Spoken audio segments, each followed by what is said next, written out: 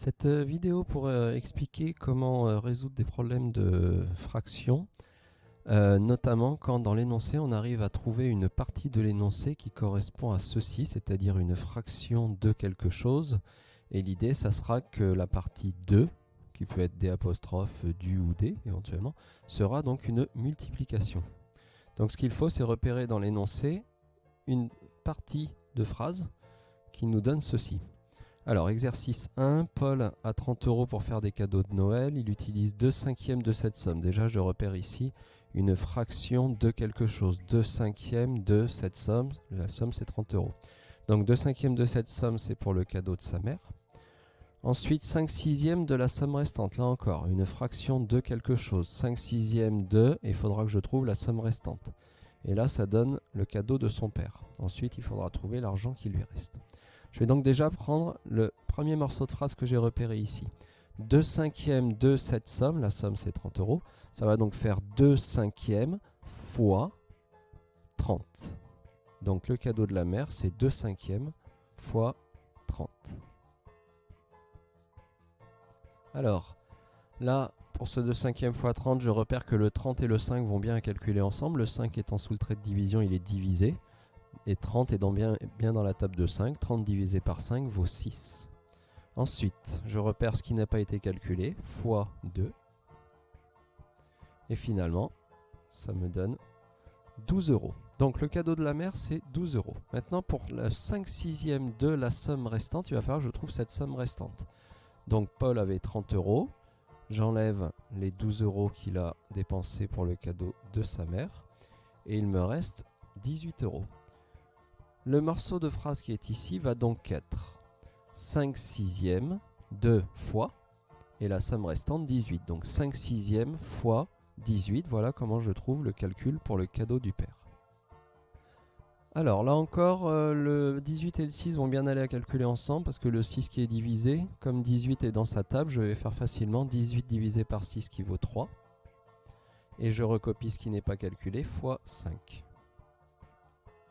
Ça me donne 15.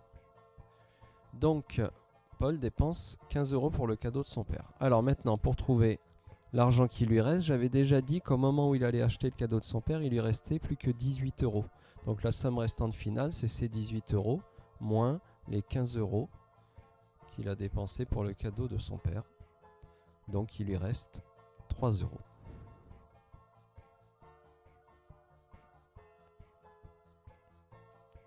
Voilà pour ce premier exercice où donc on a vraiment repéré ces morceaux de phrases, fraction de quelque chose, et le mot de, c'est multiplié.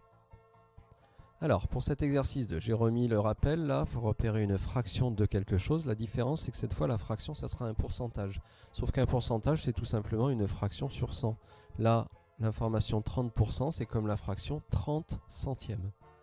Et là, je m'aperçois que j'ai 30% de son prix. Je vais probablement encore avoir une fraction de quelque chose. On va vérifier.